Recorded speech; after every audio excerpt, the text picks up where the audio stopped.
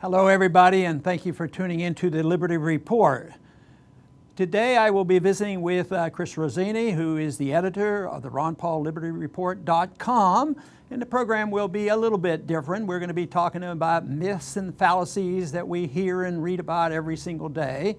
Chris, good to be with you today. Great to be with you, Dr. Paul. Thank you. Well, great.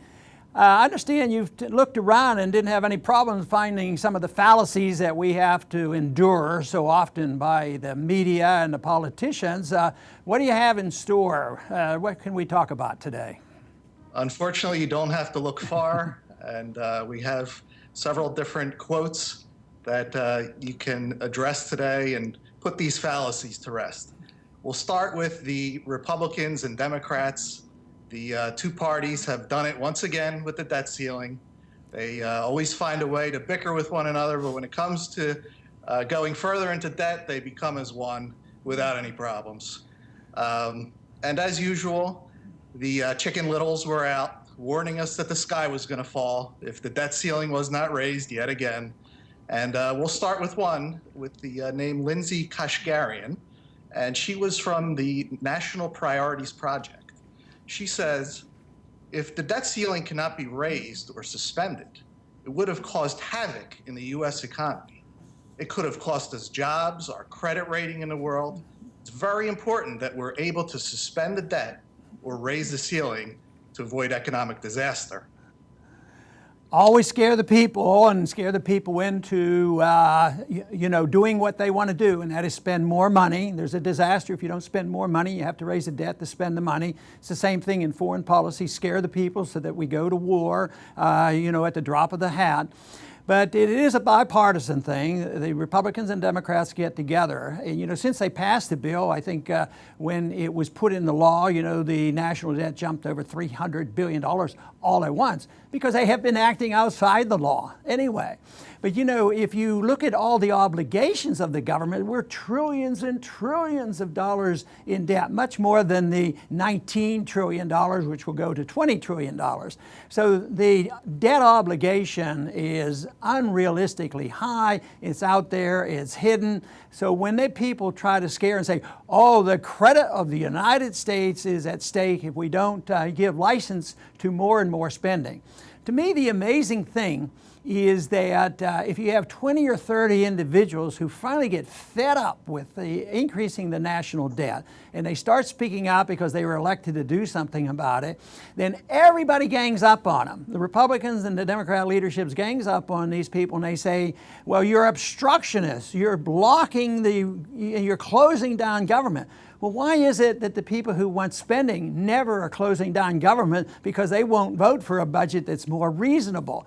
But it's universal when it comes to the leadership because they want the spending. For instance, in this budget agreement, what they did was they got rid of sequestration. They're going to dramatically increase the military budget. They're not going to cut anything whatsoever, and the problem is going to get much worse. So big government is on the run, and it's going to continue, and people will not ask the important question, and that is it doing any good? And of course, they say, well, if you back off, people are going to be suffering. The people will be thrown out in the street. In the campaigns, it used to be that, describe to us, if you want to do what you do, who has to sacrifice in order to have a more reasonable budget? I don't think in a free society, if we could return to a free society, nobody sacrifices anything.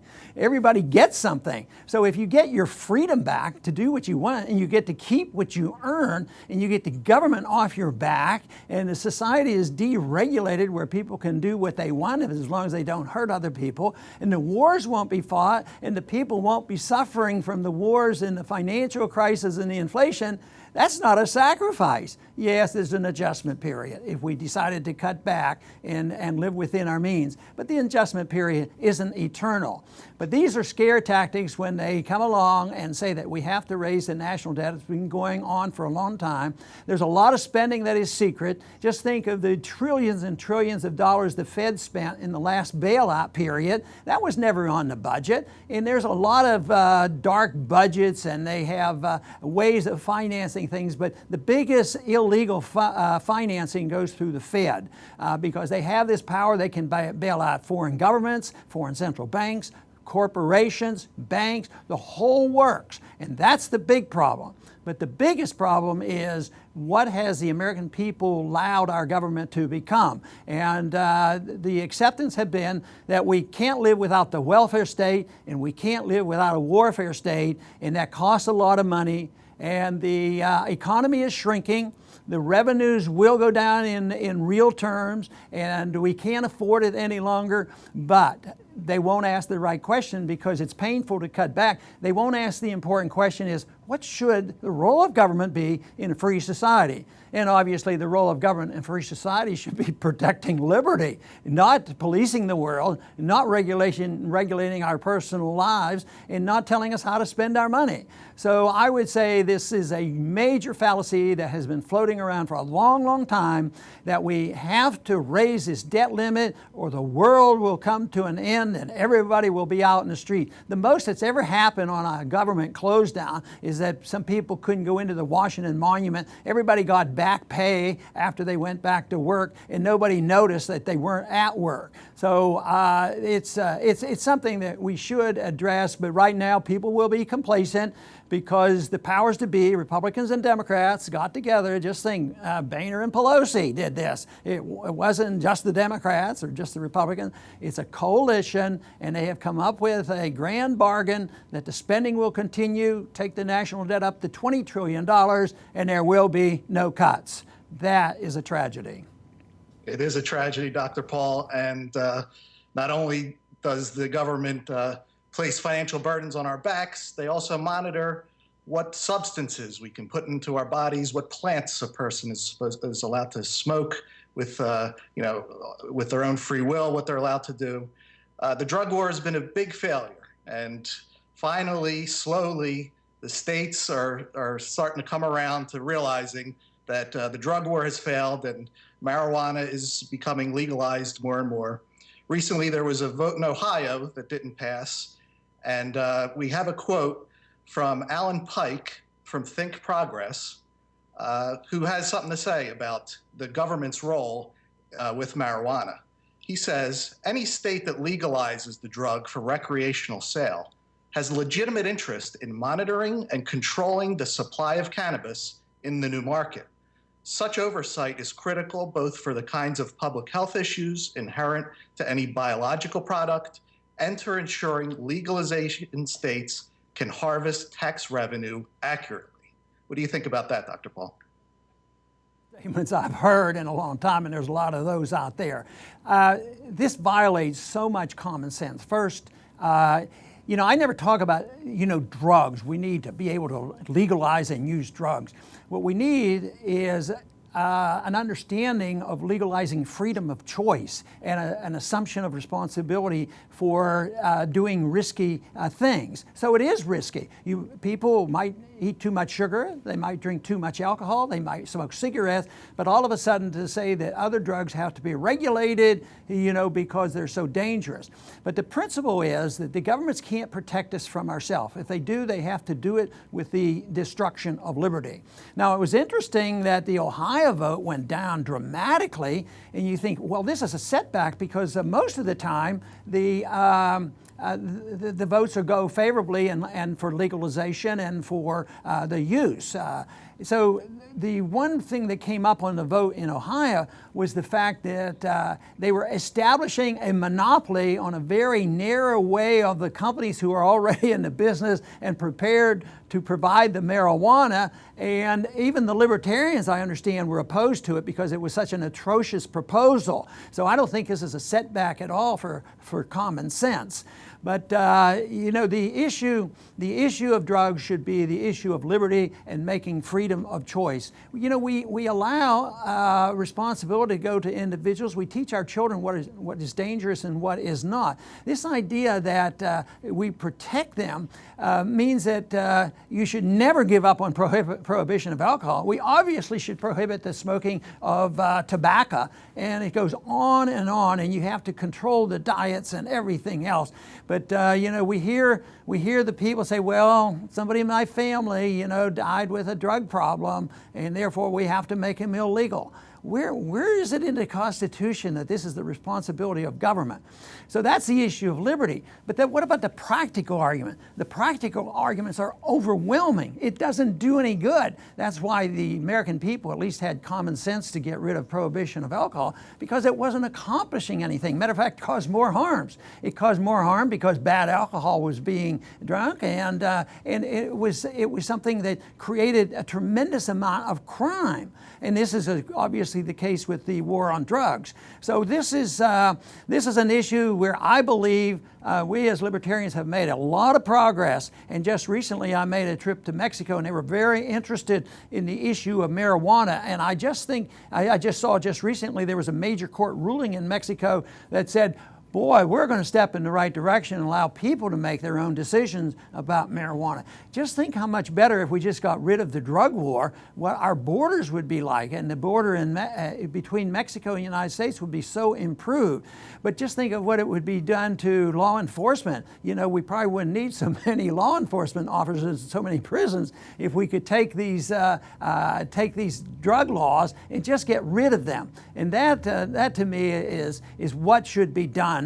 And unfortunately, we have become dependent, and we live in a nanny state. We think the government has to provide economic security. They have to take care of us personally. But you know, just think of, there is a lot of danger with drugs, more with the prescription drugs than with the others. So there is a danger out there. The question is who should regulate it? But what about the damage done over the centuries? Has there ever been any damage done by the gross distortion and the gross use of religion? Just think of what's been done in the name of religion. It's been horrendous. And just what about philosophy? What if you talk about the philosophy of the Nazis and the philosophy of the communists? Well, it's a philosophy and can be in a book, but we didn't solve that problem by burning books and saying you can't read about it. So if we allow the freedom to use your own religion, even when religion can cause harm. We don't decide it's the government's role to dictate religious principles. We don't decide the government should, even though there's a lot of people right now who would like to dictate which books we read and which in our schools. But it's been accepted for way too long that it's the responsibility of the government to determine what we put into our body.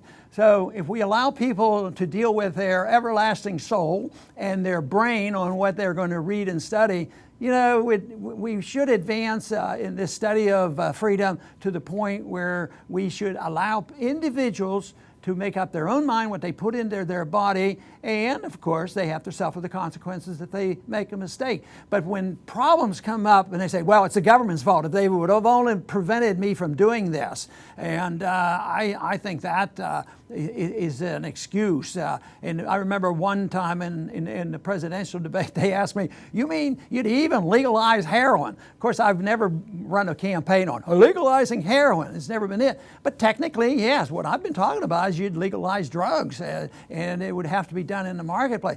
But I asked the audience, which was very hostile, I said, if we made heroin legal tomorrow, how many of you would use it? Of course, none of them would use it. It's not them who would violate it. It's those dumb people out there. It's the people who are ignorant and weak. And that's why we have to have government to take care of them economically and on their personal habits. That is a major fallacy, that government can take care of our problems instead of individuals who know what freedom is all about and acting responsibly. I agree totally. It's a big tragedy that the prisons are filled with people who use drugs. didn't harm anyone else, but just the fact that they did something the government said you're not allowed to do. It's a tragedy. And going along those lines with prisons, while she's not the only one who is not averse to cronyism, Hillary Clinton must not receive too much money from the private prisons, because her view is that we need to end private prisons and detention centers once and for all. Now, what's wrong with that view, Dr. Paul?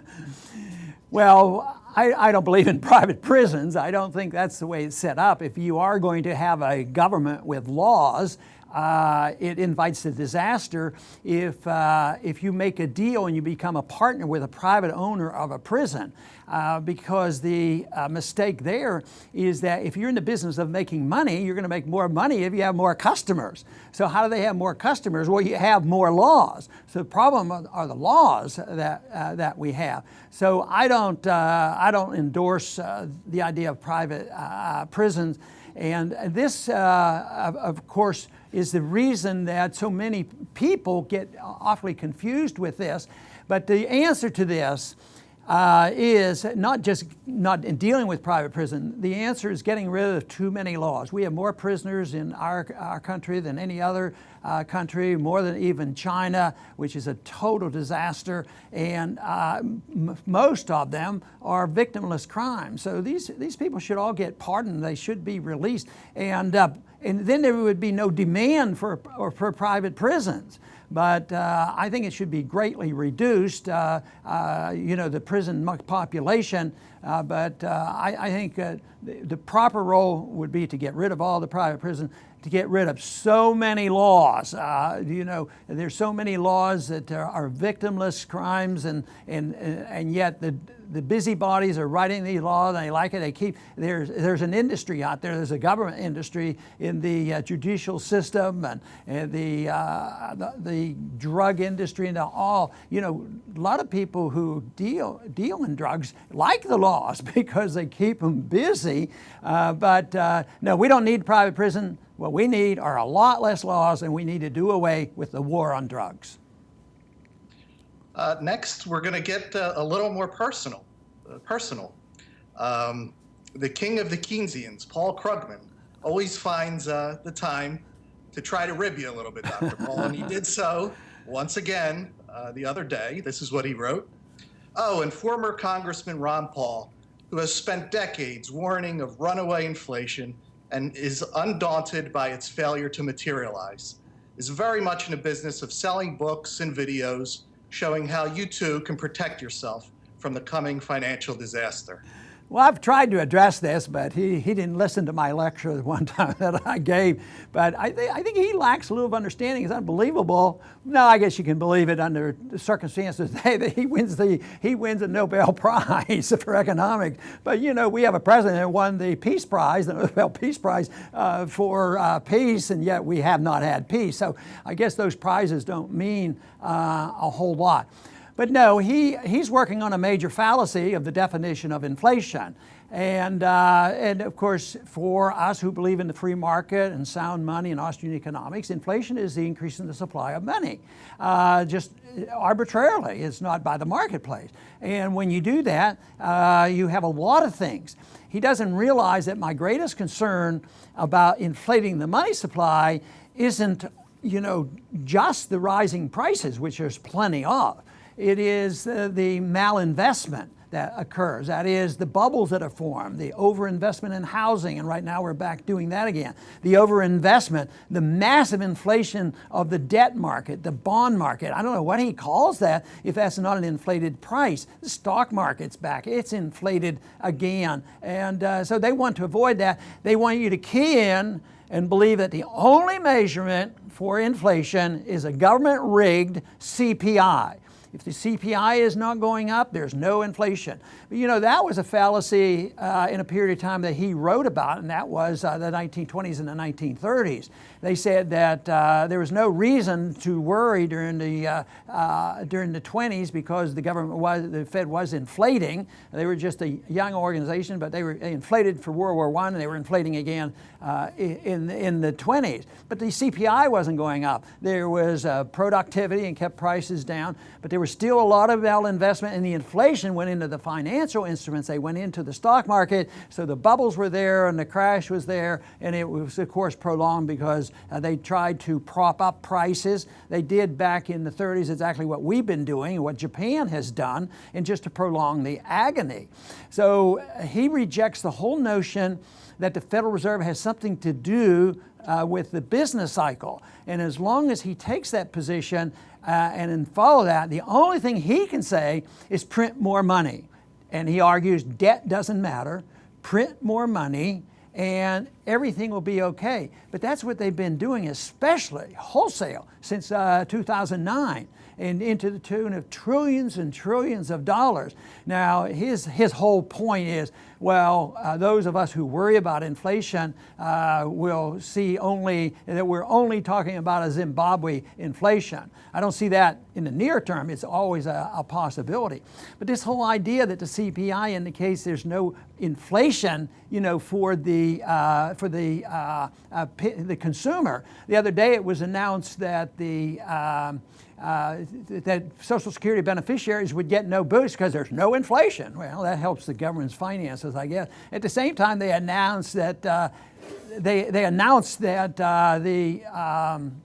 Medicare was going up, Medicare B was going up 52%.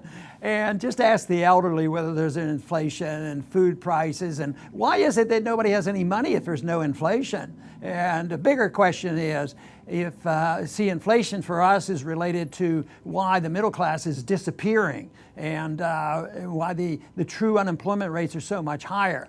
So he does set the stage for a bit of a discussion, but I rather think that he would not be too anxious to have an honest debate with anybody, and especially those of us who believe in the free market. So I think he will continue to do this, but I think what drives him to do this, why should he worry about me? I haven't won the Nobel Prize and nobody pays that much attention. So he's probably thinking about himself, that what's going to happen to his predictions, because his predictions are going to devastate this economy, because we've been following his advice for a long time and we're not doing that well economically. We'll close with, we'll stick with the Fed, Dr. Paul, because it's such an important issue and so important for people to understand.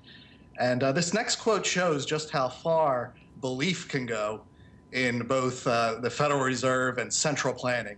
It actually comes from a U.S. representative named Brad Sherman, and he believes that central planner, Fed Chairman Janet Yellen should wait until May to raise interest rates. And this is what he believes. This is why she should wait till May.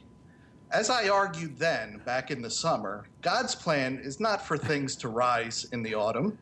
As a matter of fact, that's why we call it fall. Nor is it God's plan for things to rise in the winter, through the snow. God's plan is that things rise in the spring. And so if you want to be good with the Almighty, you may want to delay until May. This is pretty astounding.